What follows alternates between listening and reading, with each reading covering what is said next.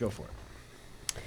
Oh, yeah. 3 pre-rolls today, starting with Roman. To get ready, Roman ready. For better sex this Valentine's Day, go to ro.co/JRVP today to get 20% off your entire first order. Roman offers genuine medication that helps you maintain a strong erection. No, Anthony likes that. Roman offers discreet wipes that help you last 4 times longer in bed. Do it by February 8th for guaranteed shipping in time. That's ro.co/JRVP. Policy Genius was built to modernize the life insurance industry. Your loved ones deserve a financial safety net. You deserve a smarter way to find and buy it. Head to policygenius.com or click the link in the description to get your free life insurance quotes and see how much you could save. That's policygenius.com. Finally, it's AG1. Athletic Greens. I gave AG1 a try because I wanted a little better gut health. If you're looking for an easier way to take supplements, Athletic Greens is giving you a free 1-year supply of vitamin D and 5 free travel packs with your first purchase. Go to athleticgreens/JRVP. That's athleticgreens.com/JRVP. Again, athleticgreens.com. Flu season. It's athleticgreens.com/JRVP. Cold flu season. It's going to be a good one. We've got a toddler with a gun. We've got who Anthony would want on his roast team and nude pickleball. All coming up on episode 189 of the Jeselnik and Rosenthal Vanity Project. JRVP. Junior Vice President. Put the knife in your eye.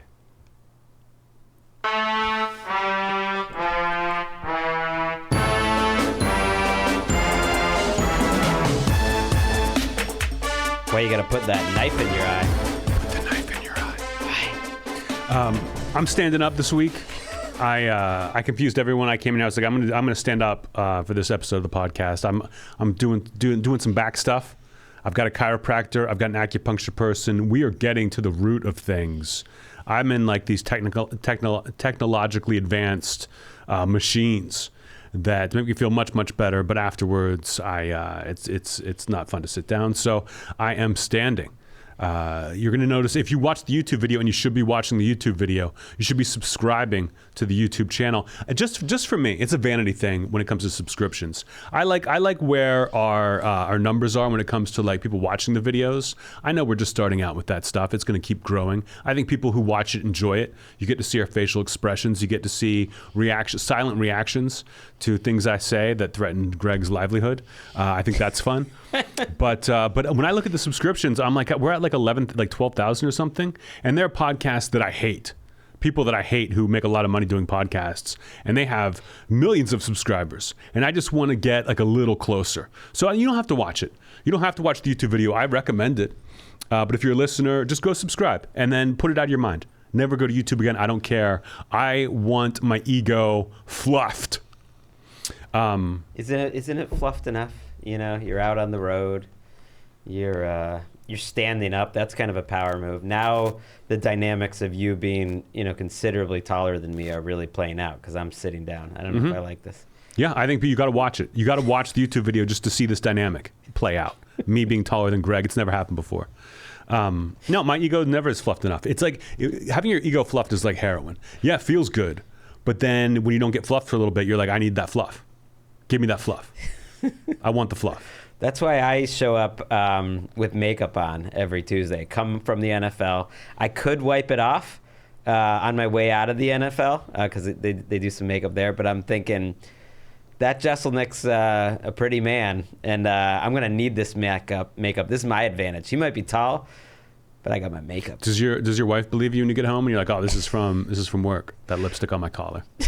That's not, sometimes I do get it around the collar. You don't like that. But I always remember Dave Damashek, our friend, used to work at the NFL Network, and he would just say like, hey, you ever just, leave here with your makeup on? I guess that's my Damashek. He's like, hey, try it. You feel like $1 million, fella. And it's like, just going around the rest of your day with your makeup on. Does feel good. Anyone who works in TV that I know, and I don't know if you're like this, I mean, the best part of being in TV is taking off the makeup.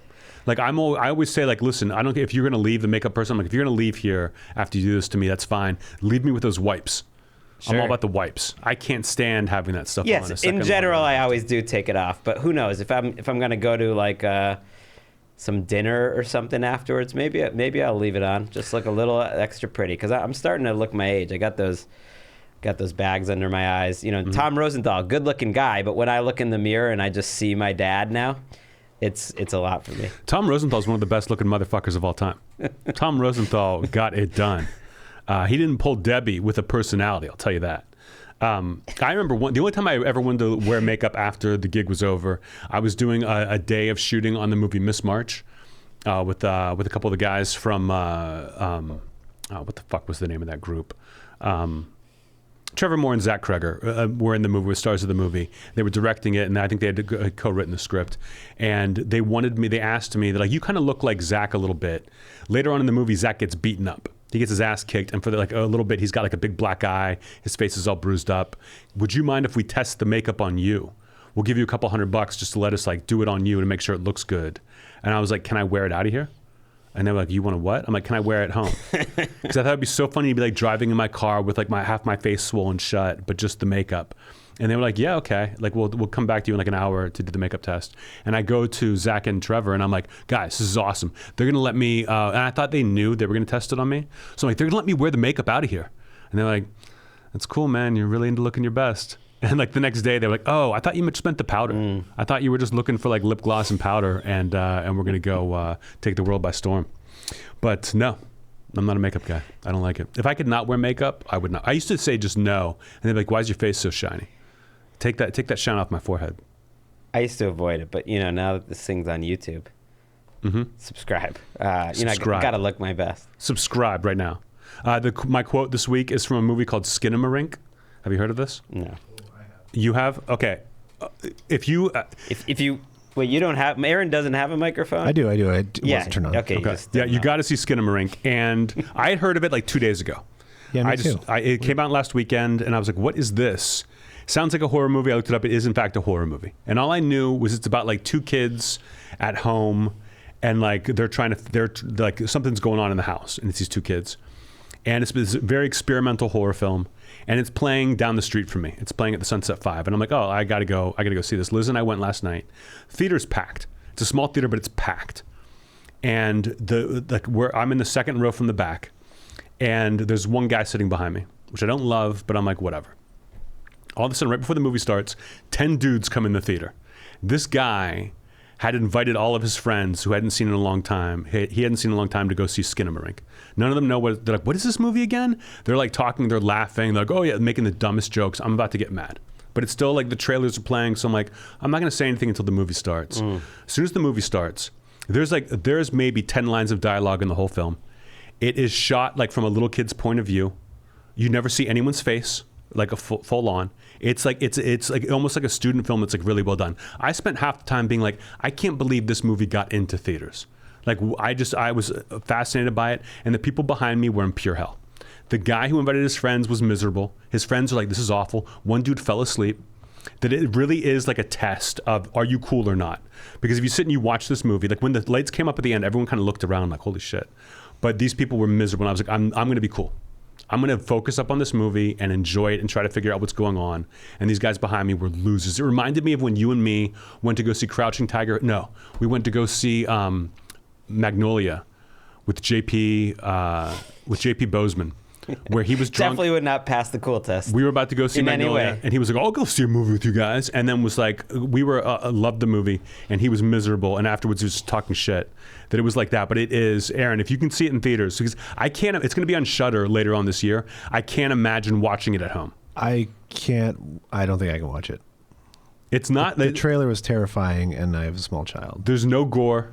Okay. It really is. It's psychological. It's totally messed up. But if you don't see it in the theater, you're not going to be able to pay attention to it at all. But I loved it. I love Skinamarink. They're still testing you for being cool, though. I am like cool. You got to have to keep passing it. If you're watching the YouTube video, you can see my jacket. You know I'm cool. You look at my headphones. You know what I'm all about. I'm the Fonz. You got a nice leather jacket on. Is that a new one? No, I think I've seen that. This one's super old. This one's probably my oldest leather jacket. but I have more. That's not as cool. I guess it is cool to have old. No, this jacket. I actually went into a different store today, and they were like, "Oh my god, that jacket looks so good, but it's beat up like that. How long have you had it?" And I was like, "Years." And they're like, "Cool." Cool I am cool. Got back from West Palm Beach this Sunday, exhausted. I did my last show at West Palm Beach Saturday night. Got home at midnight to the hotel. Had to leave 4 hours later to drive back to Miami to fly out. Did not sleep at all, which is a mistake. And then spent all Sunday recovering. It's nice to get back early Sunday. It's like you have the whole day, but I've been exhausted the last couple of days. Leaving tomorrow morning early for Raleigh, North Carolina. Let's see. I think Raleigh's already sold out. So this would be, 13 through 18 shows sold out on this tour. I've sold out all 3 weekends so far, and I'm very excited. I've never been to Charlie Goodnight's in Raleigh, North Carolina. One of those clubs that all my friends would play, would always be there, but I never went. I assumed they wouldn't pay me enough, and now they are. So I'm excited. I'm excited for Raleigh. But West Palm Beach was great. I had a blast. I saw our friend Mike. I saw our friend Rob Hughes. Got to catch up with some people, but it was a great weekend. The set's awesome. And here's an extra bonus. People kind of, clowned on me for my tour dates in the clubs. Like, why are you going to these cities and not like real big, like nice markets? I said, I'm saving them for theaters. In a month, between now and like a month's time, I'm going to be announcing my fall tour dates, which will be in theaters and which will be in major markets. I think people are going to be happy. People are going to be very happy. It's not, they're locking it down. They sent me the list and I was like, oh, this looks amazing. Here's 1 or 2 changes I would like just for scheduling, routing. But I'm going to be going like September into like the first week of December with 1 weekend off for Halloween. I don't want to fuck with Halloween weekend, I guess. That's what my agent said. But even Thanksgiving weekend, I got a little surprise for the hometown. I got a little love for New Orleans. Coming right off the top of this tour, but I can't wait to announce the dates. I will obviously do it on the podcast first and then put it up online, but people will be happy. And again, this tour is going to go from the fall all through next year. So if I'm not in your, if I haven't been to your city yet, I'm not in your city in the fall, I will be there in 2024. I'm riding this set. I'm loving my set. I'm adding new jokes to it. Anyone who's gone to the shows will let you know it's a good time. I'm a fucking beast. Put the knife in your eye. What? That's from the movie. Yes. And Aaron can't watch it because he has kids. Aaron, are you like at all concerned that you didn't have empathy or care for kids dying until you had one? No, I think if you see the trailer, I don't even know what it's about. I'm just it's all done in super low light, and I'm already mostly terrified of the dark. So if you are and were as a kid, like it's already, and then there's just this voice that comes out of nowhere. It's like a child's nightmare. Yeah. It's like a child's nightmare, but I do believe this.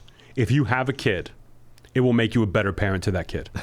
It will, like, you will go home and hug your kid. If this movie had been about 2 dogs and not 2 kids, I would have gone home and just like fallen asleep with Rummy in my arms because I would have been so emotional. It's awesome. This seems like a test almost, not a coolness test, more of can you survive like watching this, although the people behind you would have been very distracting to me. They were taking me out of it. It was fun because the one guy would try to whisper or something. He would like get up and go to get drinks, and I was like, you're such a fucking loser that I don't mind. It doesn't bother me that much. Maybe it's just the standing, but I think this first couple weeks of tour, you always walk around with some swagger, some confidence, but I feel like it's heightened right now. It is. You're feeling yourself. You're conceited. I'm feeling myself. I'm conceited. Wait, Rob Hughes is an amazing character from our college experience. We were roommates with him for 1 year. Mm-hmm. He was your big brother in our fraternity. Mm-hmm. He seemed like he was about 35 years old when we were in college, but right. it couldn't have been true. But he did kind of look it, and he had been in school for 6 or 7 years at that point. Yeah, he was a big dude. He owned a gun. Mm-hmm. Several guns, I would think. Twirl around and stuff. My favorite Rob Hughes story. I was telling Liz Rob Hughes stories after he left. She's like, "Who's that guy?" And my favorite Rob Hughes story was one of our friends, a guy like below us in the fraternity, got really drunk one night, and a fraternity picked a fight with him. These guys from, I think it was KA was the fraternity, and he was by himself, and they were shoving him around, and he was like, "All right, fuck you," left the bar, broke into their fraternity house while they were all gone, and destroyed it. Like, grabbed buckets of paint and threw them on the walls, like trashed it. I don't even know this story. And then that night, the KA's guys came home and knew exactly what had happened. They were like, okay, this is trashed. We've messed with this guy. He was an ATO. They go to the ATO house where only Rob Hughes was sleeping. It had like 3 bedrooms. No one really slept there, but Rob lived there. And they start banging. They come inside. They're trying to trash the place, but it's already trashed. Like, we trashed it. So they're like, they're just banging things around. Rob comes downstairs like 4 a.m, dead asleep. He's like, what's going on? And they go, bring us Ed. We want Ed. Ed trashed our house. We want him. Bring him down here. And Rob goes, oh, bring him down here. We're going to trash your house. And Rob goes, without missing a beat, goes, I'll go get him. Walks upstairs, gets his shotgun. Jesus. Comes back downstairs, cocks it, and goes, whab it. And the kids all just run out of the house and never came back. And I was like, that's good Rob Hughes. For some reason now, looking back at the gun stories, I'm less comfortable with than the ones where he would just bring his like minivan onto the trolley tracks and like pass cars. You and I didn't play with the guns. As soon as the gun came out. Not. No, as soon as the guns came out, you and I were gone. I would just leave the room. I left every room. Man, and I remember leaving the room the first time it happened. I left the room and went into my room. And then I was like, they can shoot me through the fucking wall. And I left the house. He would keep it in a hole. I mean, you can't make this shit up. He would keep it in like a hole in his floor. Like there was just a hole in the floor. I don't think he made the hole. There was just a hole in the floor, and he would keep the gun underneath that. You don't want the ceiling getting that gun. You got to keep it in the floor so everyone's safe. Did you see? Not to pivot hard, but this weekend the Chargers come back. That guy who made the bet during the Chargers comeback. I was watching the game, and I'm like, the Chargers are killing them. This game is over. Every time I looked, it seemed like it was another turnover. And the Chargers got it, and I think it was like. It was close to the end of the game when I had to go on stage, and I came off stage and like double checked to make sure, and was like, holy shit, I can't believe the Jacksonville won. Went back and like watched replays or whatever. I got to see most of the games this weekend, but I missed the end of some because I had to go on stage, or I forget what I did yesterday, but I missed the end of that game. I had to go see Skinamarink. Aaron, you got to see Skinamarink, man. Take the kids. Yeah, we talked about this. I mentioned it to you, and I want to hear your take on it. Break it down, the story of the guy who bet money on the game. So when it was 24-0, there's something called live betting. So while the game's going on, and this is what, second quarter, like late second quarter? Yeah, yeah, mid to late second quarter, 27-0. There's live betting where, if you want, you can bet on the game at any point, at any moment on your phone. If you're not a gambler, I'm just explaining it. Obviously, it's obvious to anyone that was. So when it's 27-0, the odds are insane. I don't know what the number exactly was, but this man wanted to make what he thought would be easy money, and so he put $1.4 million on the Chargers to win the game. No point spread. So like the point spread changes all along. But this is just the Chargers to win. And they're already up 27-0. But he had to bet $1.4 million to win $11,000.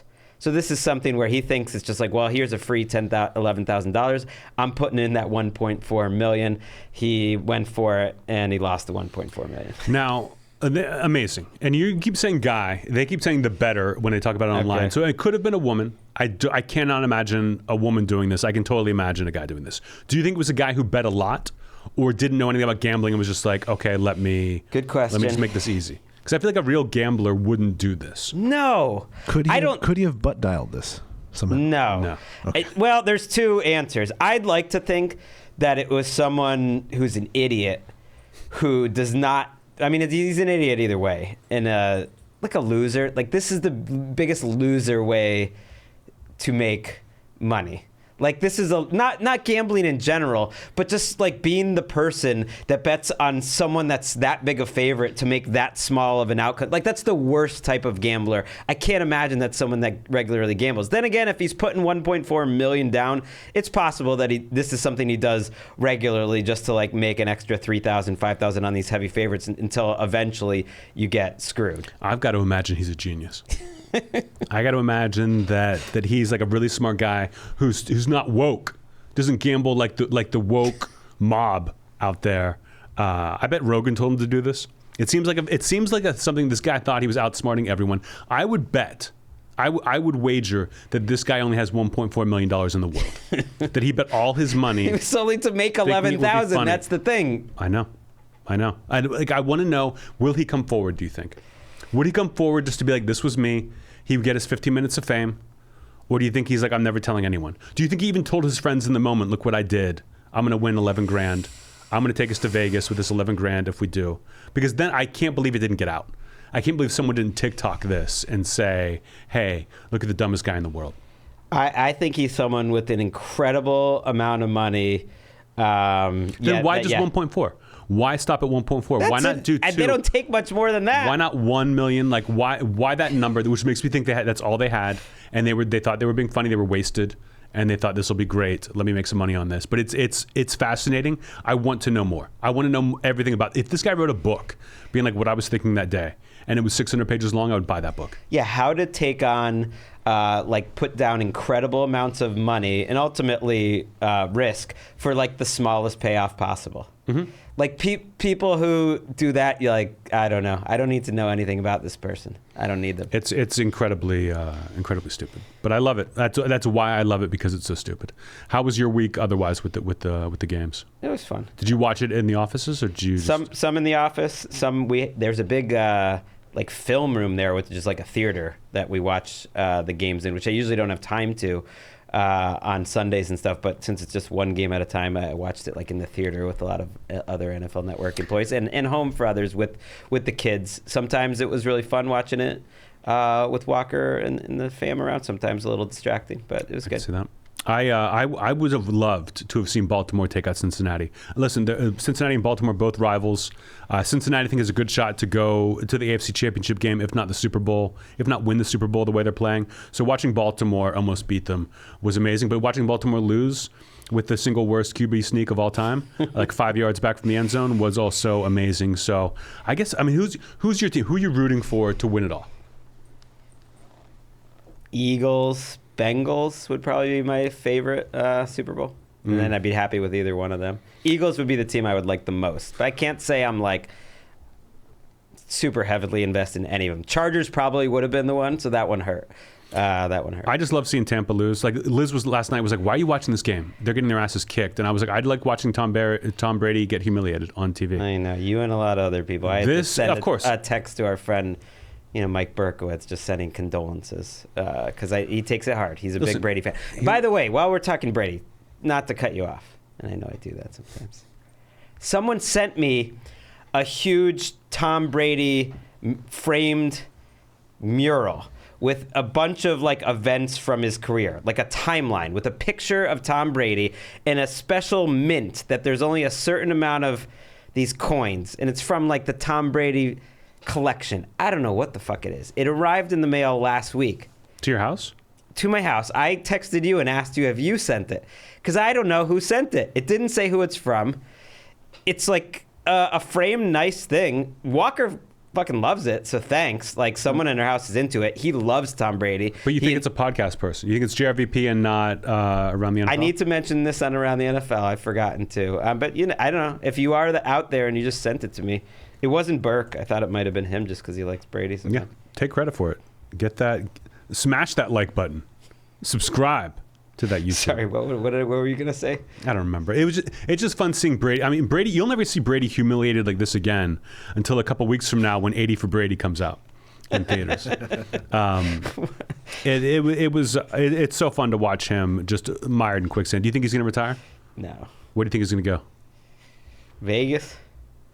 Vegas is. I think they're worse than Tampa was. I mean, I don't know. It's interesting. I want to see. I like when the end of the year when Aaron Rodgers and Tom Brady like waffle about what they're going to do, and everyone just shits on them for it. It's great.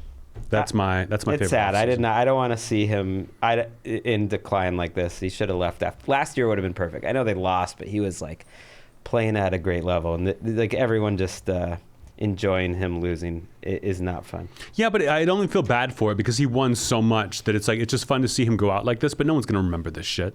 No one's even remember him playing in Tampa. It'll all be like he winningest quarterback of all time. Has every record. It's fun to watch him lose and be upset. And but at least he had his wife and kids to comfort him after the game. I had some big life news relatively this week. I had asked you for your advice on whether to take a new apartment, and I did. You took it. Okay. All right. Good for you. I did not follow your advice. Well, you were like initially. we were like, yeah, we're not super into it, and it's on the lower end of what we're like the budget. That I was like, well, if it's on the lower end, then find something that you're gonna be psyched about. Yeah. But it's, I mean, everything you listed about the place sounds great. Well, trust me, we'll have the address for you guys as soon as Gregg moves in, so you can send him your Tom Brady memorabilia. But when do you move out? Next month. Nice. My kids don't even know yet, so hopefully they're not listening. Have they seen it? Have the kids seen it? No, I think we'll tell them maybe tomorrow and take them by. Does it have like a yard area for them? It's not huge, but yeah. Well, I mean, your Yeah. yards now is not huge. But Yeah, it's and it wasn't like I just texted you. It was at a moment, I was really like, I really waffled back and forth for 3-4 days. There were times where I thought we're definitely not going to do this, but it's impossible to find something where we wanted it, how we wanted it. And so it wasn't, a reflection of your advice. But I was on the phone with my other friend, Dave, who you know well, and my mom. And their input helped me. Take it. That's great. Make the jump. Good on you. How long have you been in the place? 10 you're in now? years. 10 years. Wow. We're all getting new places. I was telling Gregg before, I can't wait to fucking finish this tour and use the proceeds to buy myself a house. Buy Rummy a house. And now, anything else you got? That's good. Aaron, you got anything from the week? I do. Whoa. Why'd you say like a question, bro? Well, because it's like, I worry about, is it sharing this braggy, and then also is someone going to come rob me? But Right. I'm already doubting why did I bring up that information about the apartment? I just literally hadn't told Anthony yet. I meant to before the show and forgot. Yeah. Keep it on the airwaves. What'd you do? I was gifted an autographed Albert Pujols jersey. Ooh. Authentic, Is it straight from the man himself. It's a From Albert Pujols. St. Louis Cardinals jersey? Yes. And yes, now you're worried people are going to break into your house and take that? No. But I mean, also, am I bragging for saying I received it? It's amazing. I mean, technically, yeah, but like, I don't think you're bragging. I think that's awesome. I know you're a huge fan. Yeah. That's great. Are you going to wear it, or is it like going up on the wall? It's going up on the wall. It's massive. Like, obviously it's his jersey, made for him.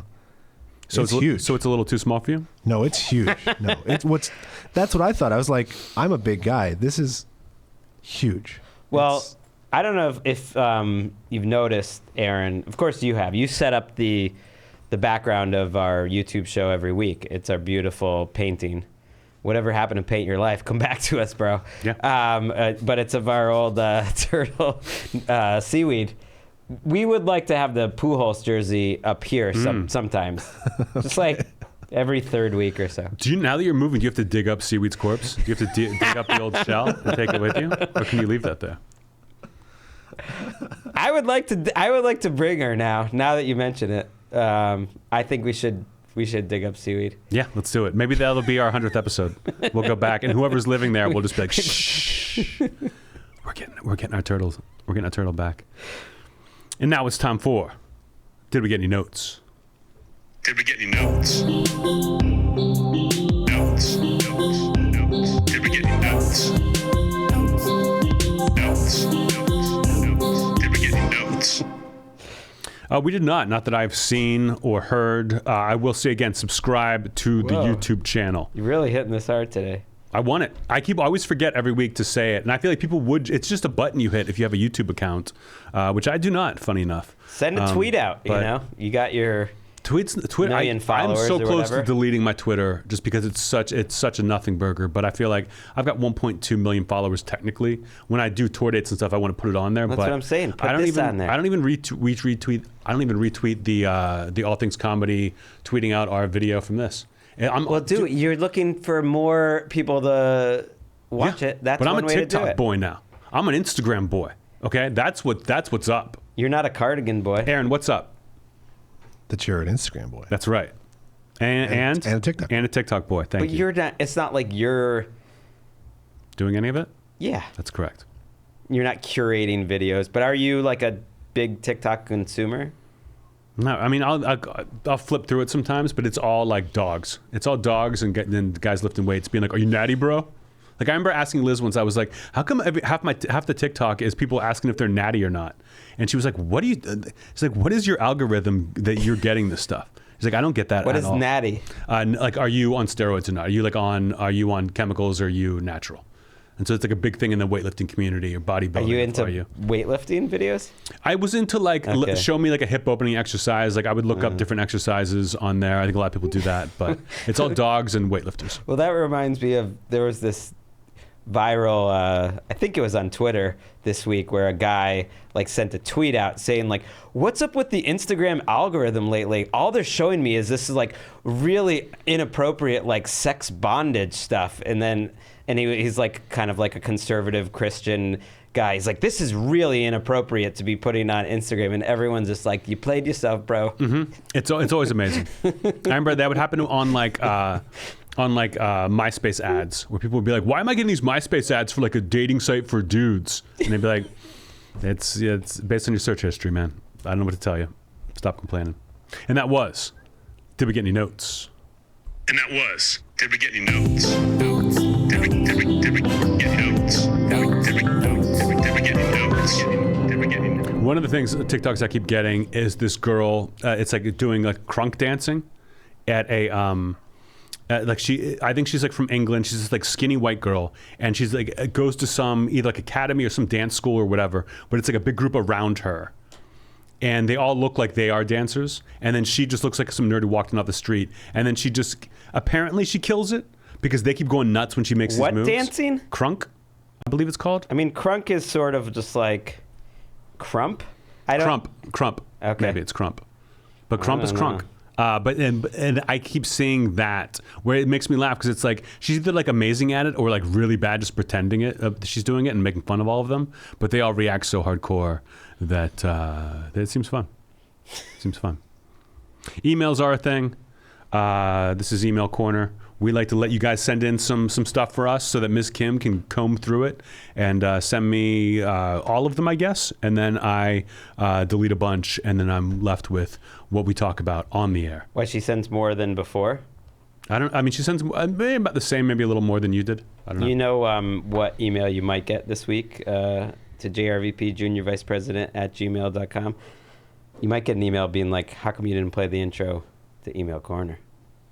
Email Corner. Emails are a thing. Email Corner. It's Email Corner. You know what? That's a note, and I'll take it. I am humbled. I'm humbled by my lack of awareness of how the game works. I think I'm just still flustered about Aaron rubbing it in our face that he has an Albert Pujols jersey and we don't. Did you bring 3 of them? No. Cut up yours. You said it's big. I didn't. What? I was gifted it. I want the part that has his name on it. Right, but before the show, you're like, "Please throw it to me during the week. I've got major breaking news I want to brag about." Yeah. I want to have that Pujols jersey. Did you pull the shit on Lopez when he was in here? He gave it to me.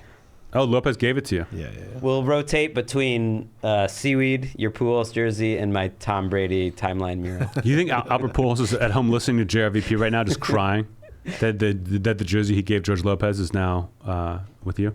No, I was told he was very excited it was going to a Cardinals fan of my You were told. Yeah. I was there for believe that big moment, I believe, in Albert Pujols' career. He had I think it was a home run in the NLCS. When he spent 10 years shitting the bed in Anaheim? No, against the Mets.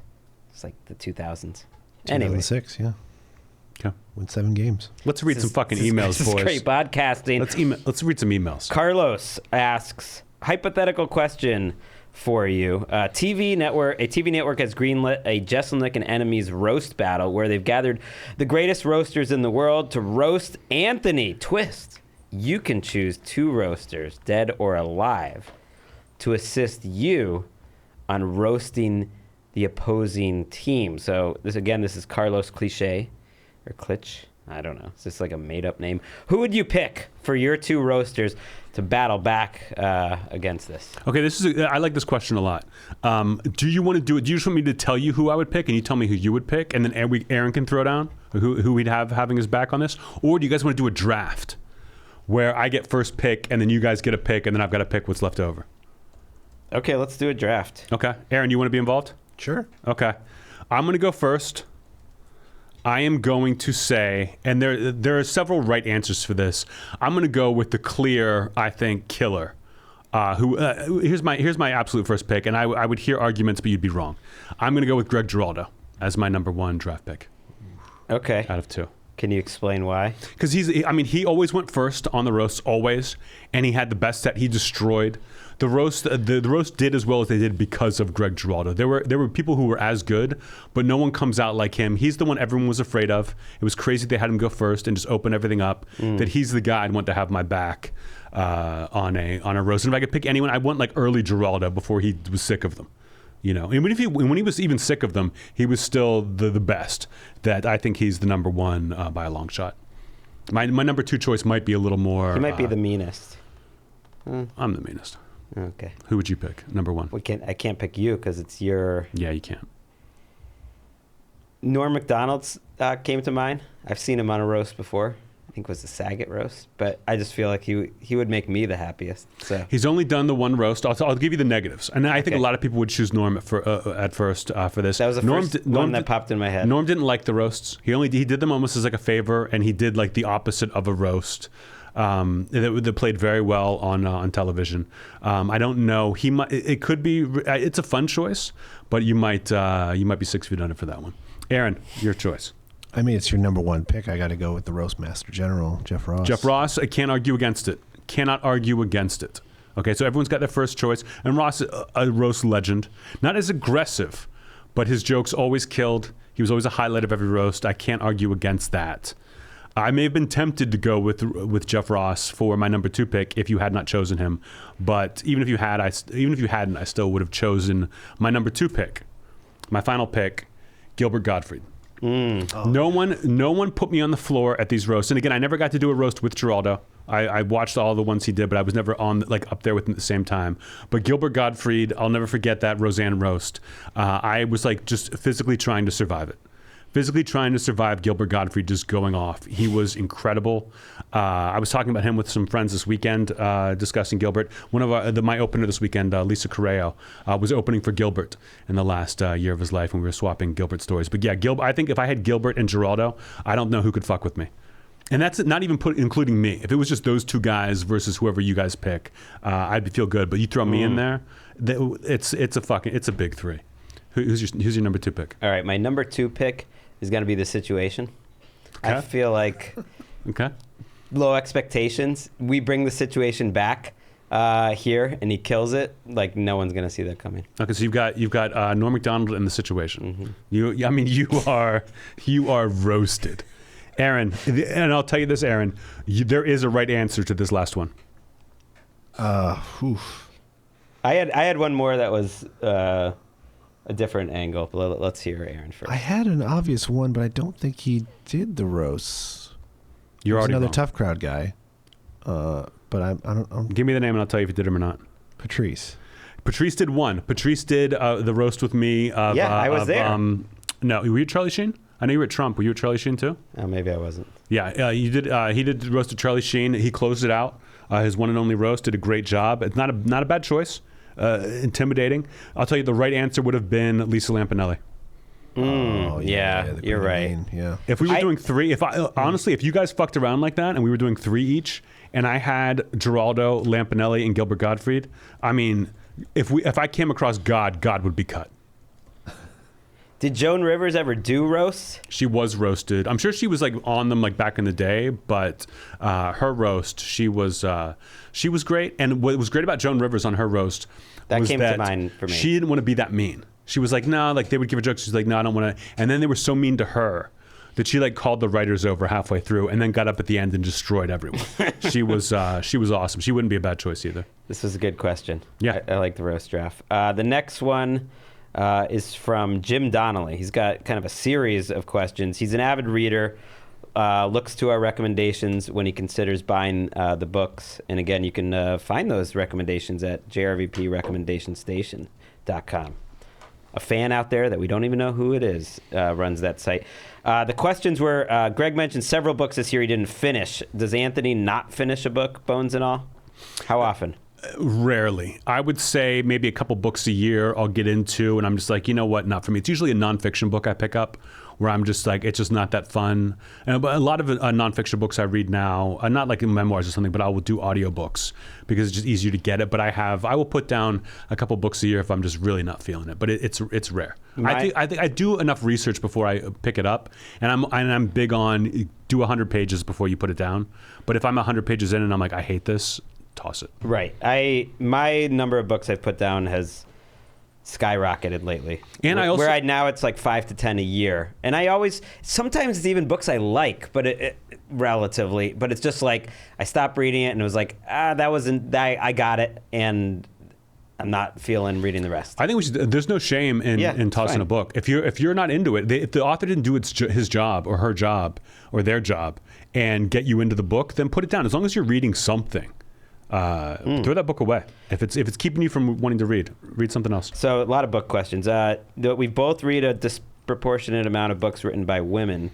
Do you naturally gravitate to female authors? Is it more coincidental? I think it's 100% coincidental. I just like when I read the description of the book and I'm like, oh, okay, maybe like if I'm a fan of Ottessa Moshfegh or Emily St. John Mandel, I might pick up their book no matter what like the reviews are, no matter what it says it's about. Like I want to read their stuff, but it's got nothing to do with them being women.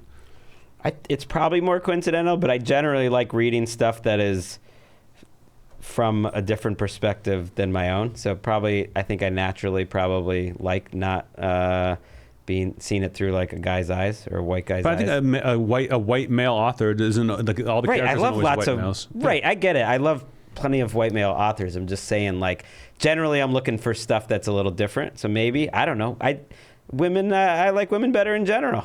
I think there's I'm going to say it. There's a lot of bad female authors. There's a lot of bad male authors. Sure. I think the books we really champion happen to be from women mostly. But I truly think it's coincidence. Maybe I'm wrong. Maybe there is something there that turns my key. But I think coincidence. How often do you read a book, bones and all, that you do not recommend? For me, that's I recommend less than half of the books I read now. I try to recommend a book like every other week, and I probably average about a book a week, so it's probably 1 and 2, or maybe a little more than that. I recommend I'd say 2/3 of the books that I read. I just read some I read, if I read like a pulp noir from 40 years ago or something that I really enjoyed, but it's like more of a series. I'm not going to recommend single versions of that. Or if it's like something a little newer, maybe more of a beach read type thing, I will enjoy it, but I'm not going to push this on the people. But yeah, I'd say every third book, I'm just like, you know what, I liked it, but I'm not going to recommend it. I'm trying to just make them count because it's hard to, read all these books. Pick the ones we feel strongest about, especially when I'm competing with Anthony, who's been putting down bangers every week. Jim Donnelly, again, a bong shit crazy JRVP fan, said, how do you feel about Patreon? Is it a possibility down the road you guys would entertain putting material behind a paywall? I don't like... And I would be open to it. Like I have some friends who are very into Patreon. It seems like a good way to go about things, depending on what your deal is. I don't like. There's something about it that feels like you're like fleecing your fans for money. I like that this is a free podcast. It puts less pressure on us. We can just do what we want. And again, we call it the Vanity Project. It is a vanity project. We are just doing this to entertain ourselves. And if you listen and you like it, and you subscribe to the goddamn YouTube channel, then we're cool. But doing a Patreon just makes it seem like more of a business and less of a fun thing. And there are people who their product, you can get away with that, or you can do that. I don't love it. I don't love the idea of it. That if we kind of had to, but I'm not into it. I'm not into a Patreon thing. I like that it's free for the fans as long as they subscribe. I wouldn't totally rule it out, but the problem with channel. Patreon is like you kind of limit yourself at that point to just the fans that you have. So it'd be better to just always have people possibly coming in. And I think eventually they're going to feel ripped off. They're going to be like, oh, it used to he's turning out. I don't think so. One a week instead of two a week for a while. I have multiple podcasts where I'm a Patreon, where I never have listened to the extra content that they have. I don't care. I just like their podcasts, and I'm happy to support them. And it's like $50 a year or whatever it is, and I'm just like, you've given me all this enjoyment over the last 4 years. You never asked for anything before. Like, why don't I throw you $50 a year? That seems more than fair, and I'm happy to do it. So sure. That's all. I subscribe to one, and I don't need the extra content. It's too much content. That was an interruption. I subscribe to one Patreon, and I don't even listen to any of the shit. I'm just like, I want to support you, and I don't listen to anything. I do listen to these podcasts that I like. It's like a tennis one, Saints one, a couple of them out there, books one. Last question is from Jack Brennan. Some of my favorite Anthony jokes are the ones he's said bombed and were received poorly, such as my mom caught me masturbating joke. Do you want to repeat that or no? I think it's like, I want to say, if this is the one, it's like my mom caught me masturbating with the net. I don't know, maybe that's something different. I had a bunch of jokes kind of like that made me laugh. What, do you want to finish the question? Yeah, but I did want to know what the joke was. My question to Anthony is, do you have a favorite joke that tanked every time? Yeah, I mean, I had a joke for a while I kept trying to work out. There have been a couple that I've been like, this is so funny to me. Like, I don't want to brag, but my girlfriend gets postpartum depression every time I pull out. Made me laugh a lot. And like the first time I said it somewhere, people laughed and it like just didn't work. I had one that was... Takes too much to... Yeah. I thought I was a father once, but then we did a blood test on the baby and the baby died. I thought that was really funny. Couldn't get that to work. There's a joke I have now in my act that's like in the halfway point of my set, and it divides the audience. Half the people laugh, and half of them are just like, and it makes me laugh every time. Like, I know it's coming. It's the most like divisive joke in my set. And I wonder if people who would like have been to see my act already would even know what I was talking about. But there's one joke that I crack up every time at the audience just being like either loving it or hating it. I remember on the Trump roast, I had a joke that I was so psyched about, and everyone was like, don't do this, no one's gonna get it. And I was like, but if it works, it's gonna be great. And it was Donald Trump is the what was the guy's name on Law and Order, who was like one of the original Law and Order guys who died? Jerry Orbach. Jerry Orbach. It was Donald Trump is the worst thing to happen to New York City since someone cut out Jerry Orbach's eyes. And what it was, there was a Subway ad that was like for it was like Jerry Orbach like donated his eyes after he died. And it was like trying to get people to donate their eyes. And I thought it'd be really funny, and it just tanked. And then I like looked at Donald Trump, and he kind of shrugged his shoulders. And I was like, yeah, if you rode the subway, you'd be laughing. And like, but I was happy to say it. Those are some jokes that I really enjoy, and eventually the audience talks me out of them. But I always have the jokes that only I really like are always some of my favorites. I wish, yeah, that I could remember, because some of my favorite jokes of yours are when you make a joke and you're still haven't totally settled on what your set's going to be for the special and everything, and I'm one of the only people in the crowd that laughs at it, which is, I feel like, happens a decent amount. I always like the ones that you like, but then you take it out probably. I could have gone back and tried to listen to your specials, but all your jokes in the specials work, so they wouldn't really qualify. It's like I'll have this one where I'm like, I love the joke. Some people laugh at it. I'm going to keep it for myself. But when you're doing hundreds of shows getting ready for the special, eventually it's like, why am I taking the step back? And you lose it. And that was Email Corner. Shine on, crazy email. And that was Email Corner. Diamonds around the world unite. Diamonds around the world unite. And now it's time for Ad copy. So Valentine's Day coming up. Fuck yeah, it is. Any plans, Liz? Getting an erection. It is the sexiest day of the year, so you want to be Roman ready. Roman addresses a variety of sexual health needs for men. Genuine medication that helps you achieve and maintain that strong erection that Anthony is talking about here. Roman offers discreet wipes that help you last 4 times longer in bed. That would be a lot, 4 times. Yeah, I mean, that would put me up to like 15, 30 seconds. I'm all about this. I'm all about this. I think, again, we talked about it. Erectile dysfunction is something that everyone in this room deals with on a daily basis. Like, that's what we were talking about beforehand. And we tried it. We've tried everything, and we just cannot get ourselves erect. So I go to Roman. I go online. You talk to a doctor. It's easy. You tell them what's up. They send this stuff to you. It comes right to your door in an unmarked package, and then everyone's happy. You know what I'm saying? Everyone's happy, except my neighbors.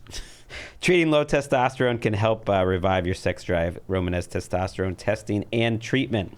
To get ready, Roman ready for better sex this Valentine's Day, go to ro.co/JRVP to get 20% off your entire first order. You got to do it by February 8th. I'm giving you a lot of time there for guaranteed shipping in time. Again, that's ro.co/JRVP. You get 20% off your first order. And if you're single you don't have someone to spend Valentine's Day with, get some Roman, get yourself a prostitute. It's fine. It's fine. You asked why I timed the show out. I have a little timer. I remembered. It's because, you don't want to be going on for 4 minutes on the same ad. And sometimes we'll just get so carried away. We'll get excited. Like when we talk Policy Genius. If you have a family, like I do, and you have plenty of things to worry about, a good life insurance plan can get you extra peace of mind. Your family will always be taken care of. And get them off your back. Get them off your back. You're coming home from a long day of work. They're complaining about shit. If you just say, hey, I got us life insurance. So if anything ever happens to me, you're taken care of. I've thought of you. They'll leave you alone. They'll let you watch the game. You know what I mean? They'll let you hang out and just kind of like pet your Pujols jersey. Aaron, do you have life insurance? A little bit, yeah. Yeah. Where'd you get it from? Working here. Policy Genius. Thank you, Aaron. Yeah, Aaron knows. Aaron gets Policy Genius. Aaron's family's taken care of. He can do whatever he wants, and they can't say shit. So Policy Genius is not an insurance company. It's a marketplace that helps people find and buy insurance. I look at it like, hey, you're growing up, you get life insurance. I'm going to a new apartment here. It's like, I'm at the age I need to take care of my family. You get life insurance. You can live recklessly. If you don't have life insurance, you got a family, you're driving your car, someone cuts you off, you got to let it slide. If you got Policy Genius and you've got life insurance, you can chase them down. You can get into a race. You can try to run them off the road. It's not a good idea. The worst thing that can happen, your family's taken care of. Not a good idea. Policy Genius was built to modernize the life insurance industry. Their technology makes it easier to compare life insurance quotes from top companies like AIG and Prudential. Just a few clicks to find your lowest price. With Policy Genius, you can find life insurance policies that start at just $17 per month for $500,000 worth of coverage. Your loved ones deserve a financial safety net. You deserve a smarter way to find and buy it. Head to Policy Genius or click the link in the description of our podcast to get your free life insurance quotes and see how much you could save. That's policygenius.com. Policy Genius, it's a fucking marketplace, yo.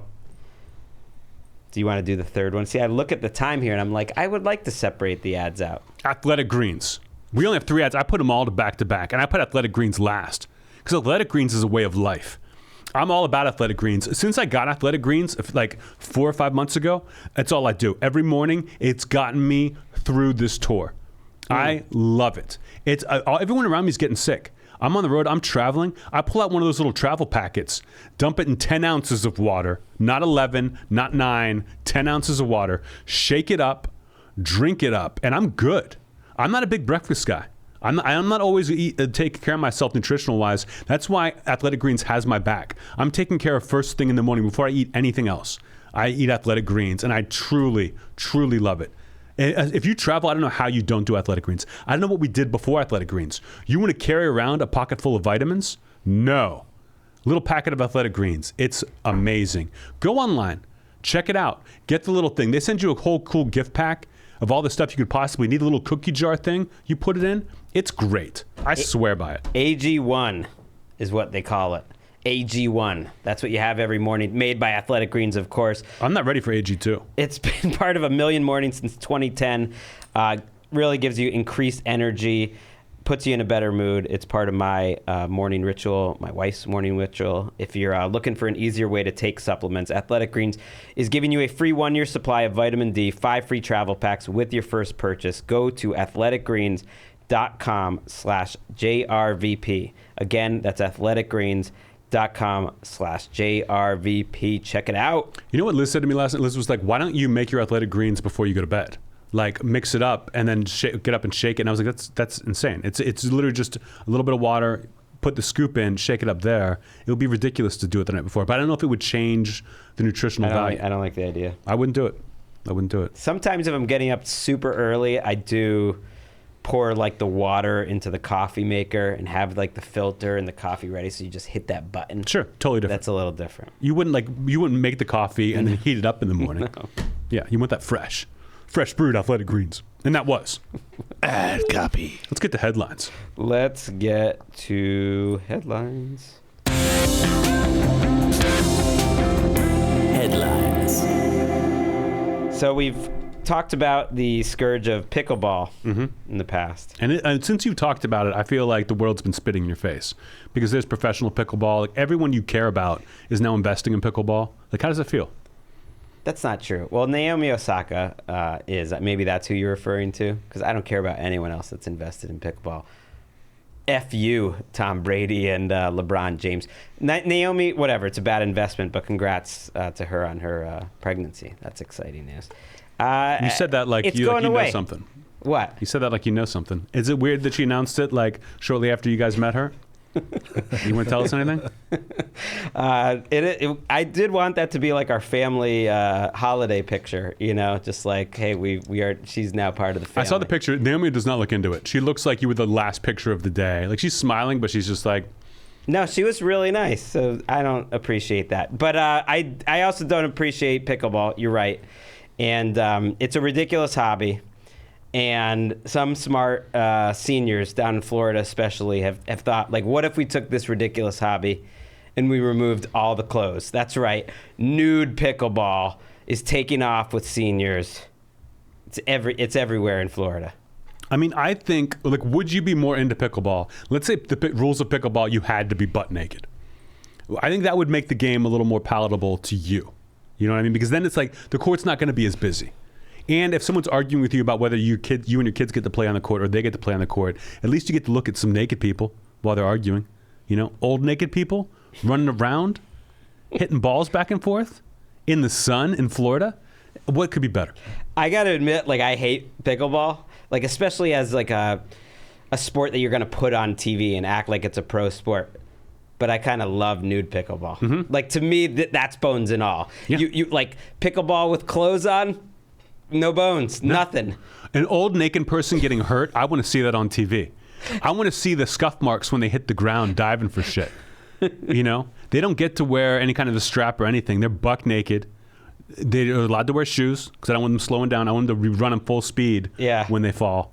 And I think it would be incredible if there was a professional pickleball like lemon party organization. I would watch every second of it. It would be like Girls Gone Wild kind of thing. It would be awesome. Old. I mean, to be clear, these are older seniors, mostly playing at nudist resorts in Florida. Mm-hmm. That it's like their most popular recreational pursuit. That they say they have people coming from all over just to play some pickleball nude, but it's essentially a nude colony because there's nothing you want more, like when you're running for your backhand, than having your dick swinging out. If I'm going to collide with someone on the pickleball court, we'd both better be naked and wrinkled as fuck. That's for sure. I think it's a great idea. I love. Again, I want to watch this on TV. I wish they would make a sequel to 80 for Brady right now, where it's naked pickleball. Everyone, I think it's a wonderful idea. Old people love to get naked. They have no shame. Old people don't like wearing clothes, Aaron. It keeps the smells in. When you're naked and the sun's hitting you, you feel free. It's a very Florida thing, and I think there should be an age limit.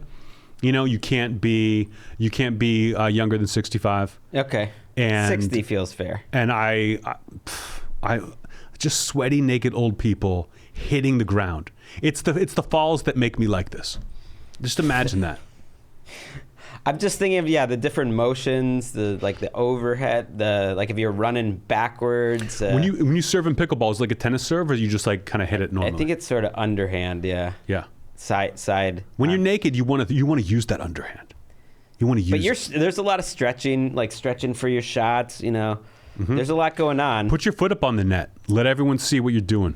I would think though, if you're a woman, like this would be challenging, maybe depending on your body type. I think it makes you a better pickleball player because you've got these orbs up top swinging around while you're hitting the ball, and no one knows what's coming. You know what I mean? It really is like it can go any direction. There was a quote from one of the pickleball court owners who said they had 2 courts, then it multiplied to 6, and now it's like they have 172 dues-paying nudists playing there 7 days a week, all in the nude. And he was just like, nothing else comes close. Tennis is dying.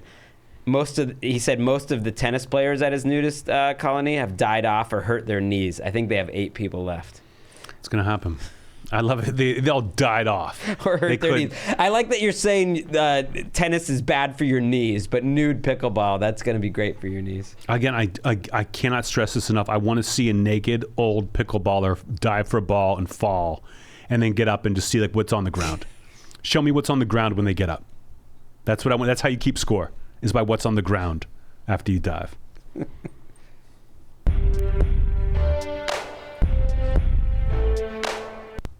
All right, the most popular headline of the week comes from Indiana.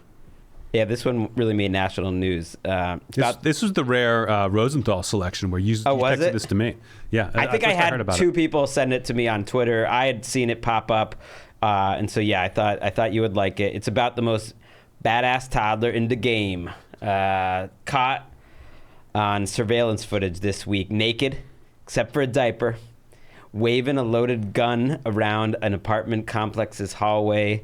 Now, this is one little guy you do not want to mess with. It's great. If you've seen the video, check out the video. We could have Aaron put the video up for you, but we're not going to because you're not subscribed. You need to subscribe to the YouTube channel. Video is fantastic. It's a quick little thing, little kid kind of up on the stairs with a big white diaper, classic diaper, holding a gun.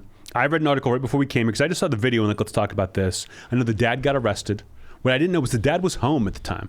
It wasn't like he left the kid alone. The kid found it. The dad was home watching TV and let the kid wander outside with the gun. It was like an apartment complex, and he was essentially in the hallway, like where the stairs were. Yeah, mom and dad are divorced. He was with the dad for like the weekend, which is classic. The kid at one point does pull the trigger. He knows it's a gun. He's having fun playing with his gun. Yeah, he like is pointing at it. So It's toddler empty. is a big range. Like you could be wearing a diaper. You're wearing a diaper when you're baby, but you could still be wearing a diaper when you're 3. This kid looked closer to 3. Two and a half. I would believe anything. Who knows with these fucking weirdo kids with their guns? But pulls the gun. I love this quote. One of the neighbors saw them. They didn't see it on the camera right away. The kid knocked on a door, and someone opened the door. The neighbor opened the door and then shut it and backed away. He was like, "Baby with a gun, get out of here! Get out of here!" Wait, really? That was the you quote. saw a different article than I did. This was in great. Jezebel like a couple hours ago that they report on my this. God. He was like, "Baby with a gun, get out of here! Get out of here!" Then I looked through the people. The child was standing in the middle of the hallway, and he was just kind of holding it behind his back. And I thought, like, that's a real gun, which is amazing. Like, imagine someone like not just walking around, but like knocking on your door, and you're like, "What is? Oh, a baby! Oh my God!" The fact that is this in Florida? Where is this? The baby with a gun? No, I was in Indiana. That no one is like, "What do you mean, baby with a gun?" They're just like, "Baby with a gun. Let's get on the floor." This is America. I mean, I'm very, anti-gun in general, and so it feels bad to laugh about this. But if you open your door and you just see a baby there pointing a gun at him, you just gotta hand it to him. Just like you gotta give him credit. This is why if I open my door and I see a baby, I'm kicking him before I ever find out if there's a gun or not. I'm not taking the chance. You come to my door as a baby, not wearing a shirt or shoes, you're getting kicked as hard as I can. And that's not even to hurt you. That's to get you away from Rummy. Because Rummy's dream is a baby to show up at my door with a gun trying to show it off. I think this kid needs to be locked up. Throw away the key. Put the dad and the kid away. Although I will tell you this. You guys talk about Skinamarink. If those kids in Skinamarink were armed, maybe the movie turns out differently. Probably not. Probably has nothing to do with it. I think it might even go worse for the kids, but it's something to think about. Having a gun for your kids to have. Aaron, how old's your daughter? 2. At what age would you consider letting her walk around with your gun without you? It's not loaded. You're a good dad. It's not a loaded gun. It's got to be closer to 3, I think. Would you make them wear like a little baby dress or a shirt, or would you just let them go diaper only? I go shirt only. I think. Shirt only, nothing, no bottoms. That way, when they pee, it's like that's part of it. Yeah, it's a sign of dominance. Yeah, I agree with that. Like, I don't trust adults with guns, but if I open the door and there's just like a toddler with a gun, it's like you're gonna feel something in that moment. Like you're gonna laugh, you're gonna be scared, you're gonna feel alive. It's a lot. No, toddler with a knife, toddler with a gun, toddler with anything really. You've got to take it down. You've got to take it down hard as soon as they come to your door. Wait, so do you know how he got caught and everything? They saw it on cameras. They called the police. Police showed up and they were like, they were talking to the dad, and I was like, I don't have a gun, I don't know. And then they showed the cops, the neighbor who called the cops showed the cops the video. The dad tried to hide it and say like, I don't know what you're talking about, I don't even have a gun. And then he got arrested. So he deserves whatever he gets. Yeah, they came back, and then they did find the gun inside like a desk, which made it They clear. asked the kid, they were like, where'd you put the pew pew? And the kid took them to the desk. I swear to God, I'm quoting. I mean, it was right all, now. the only reason people know about this is because it was on a TV show, which is called Reels is on Patrol Live. A live cop show. They got this. I mean, this is their wet dream of baby with a gun. And this baby's right out of central casting when it comes to gunplay. This is like a baby from The Matrix 2. I think this is what people be like, why do you hate kids? This is why. You never know. You see a kid, even with their parents, you don't know what that kid's got on them. You got to take them down hard.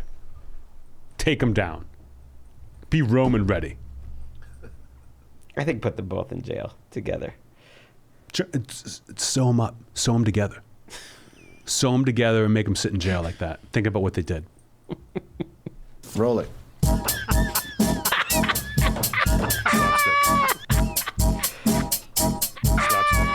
Good one. Baby with a gun.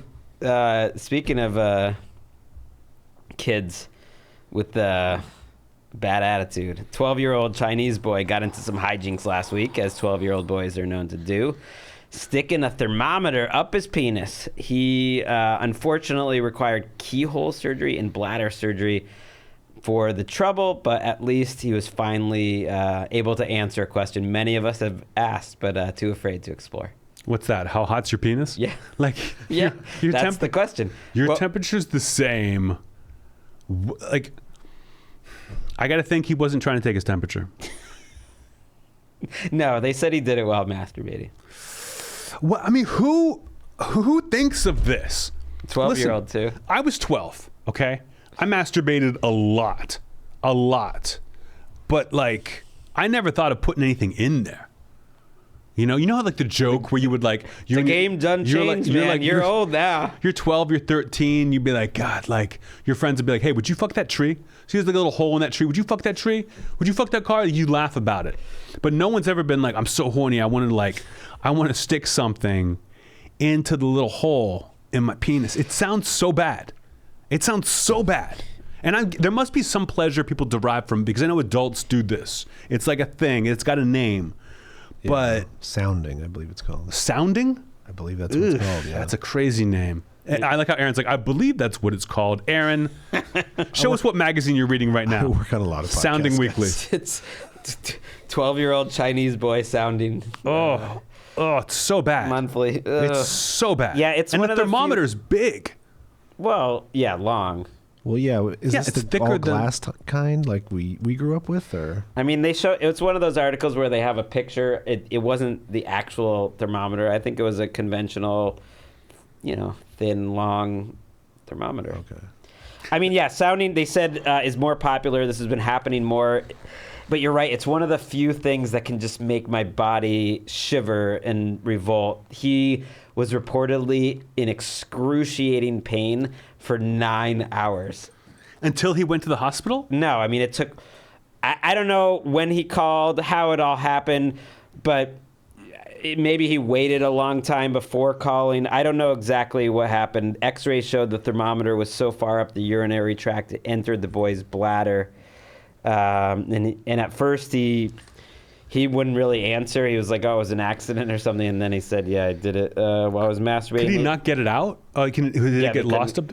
He couldn't get it out. Had to have gone beyond the point where he could. Oh, Why? Why? God. Why, little kid? Why 12-year-old Chinese boy would you do this to yourself? Why would you do it to anyone? It's gonna hurt in the first 2 minutes. Maybe put it in a little bit. Maybe put it in a little bit if you're like that crazy and you're tempted to do it. But just quit while you're ahead. And if you're gonna go all the way like this, do it in the hospital.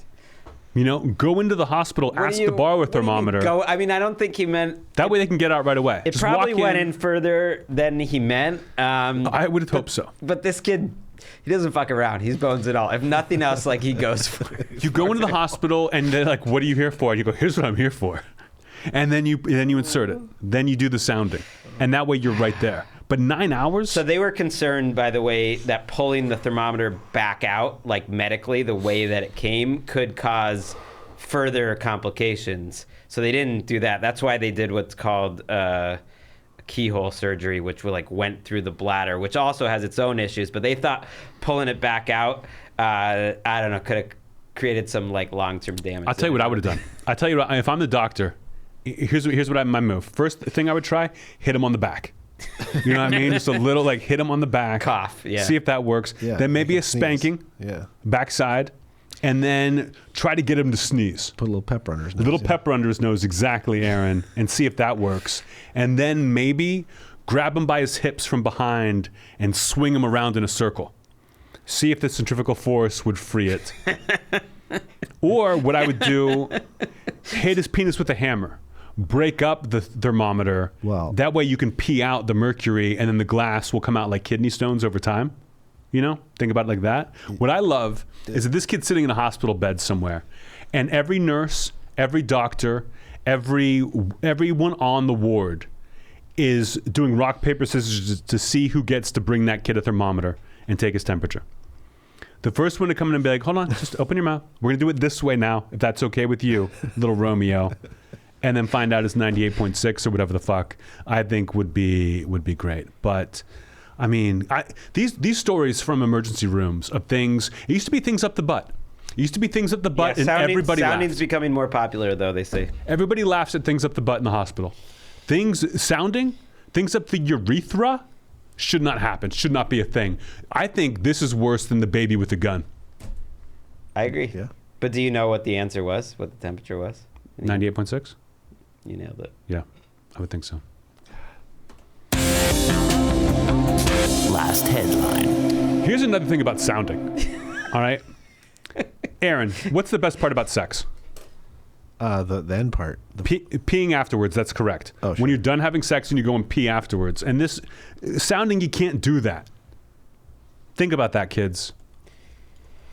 I don't want to think about sounding. Let's talk about a Wells Fargo executive who was fired this week after he allegedly urinated on a woman during a flight from New York City to India. The man apparently was just standing there drunk and peeing, and he got some pee on this elderly woman. So it wasn't the woman sitting next to him. He didn't just he wasn't sitting in the seat just peeing, because I've seen that. A guy wasted in the seat just peeing up against the back of the seat in front of him.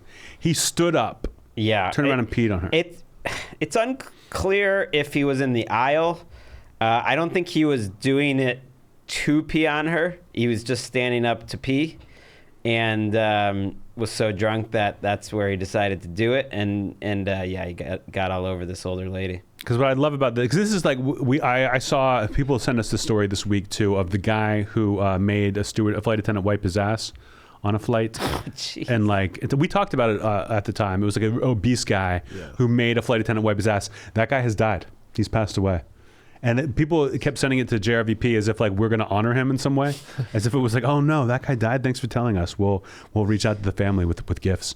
No, but it's an airline crime, and I like that. Even though the other guy may not have been a crime. It's not like one of those guys who pretends to be like he's got issues so that he has a nurse come wipe his ass. I like those guys too. What about the first ever in memoriam JRVP listener of the week?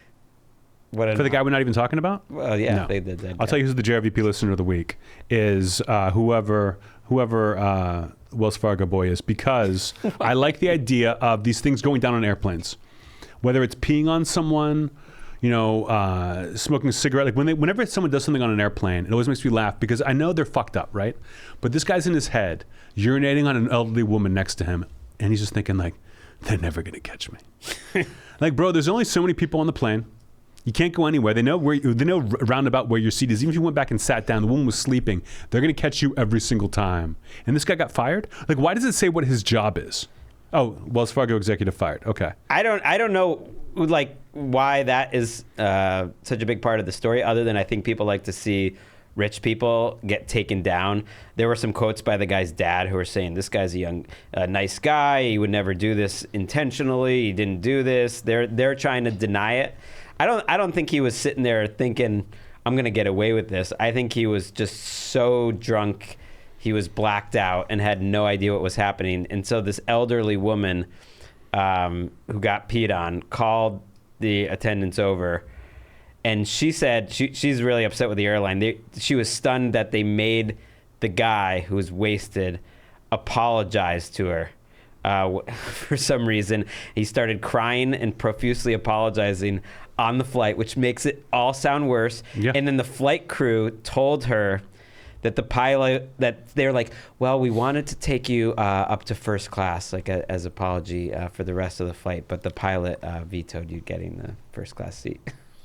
Why did they tell her? I don't know. They were, I guess, saying like, it's not on us. We tried to do something nice for you, but the pilot wouldn't do it. And did they not do it? Was the pilot like, oh, it's a security risk, or was he like, I don't want first class smelling like piss? That's getting the piss closer to me, the pilot. What? That's a funny thing for a pilot to do. Be like, oh, a guy peed on an old woman. Keep her in coach. Keep her in coach with those other piss pots.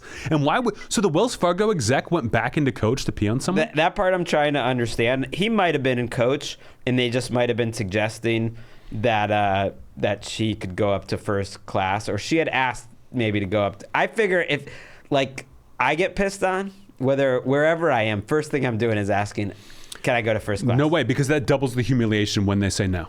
If someone offers you first class, take it every time. But if you're like, hey, can I get first class? And they say no, you feel like shit and piss. So don't do that.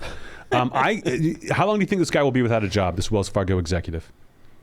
If his name gets out there, they're all going to be talking. He's going to have to move to a different city. He was in New York. He's going to have to go under a different identity. 6 months. No, I bet he's already been hired. Have we not seen, did we learn nothing from the Wolf of Wall Street? These guys live for this shit. They would love, I don't know why Wells Fargo fired him in the first place. They must have not liked him anyway. But these guys are all fucking raging alcoholics who get on planes and piss on old ladies. They think it's funny that he got caught. He might be like the low man on the totem pole at wherever he goes next. But finance guys, they live for this shit. They live for it. He'll get a raise. Let his name get out there. It's out there. It's out there. The poor old lady, though, started crying. I've seen something like this happen. Really? Personally, yeah.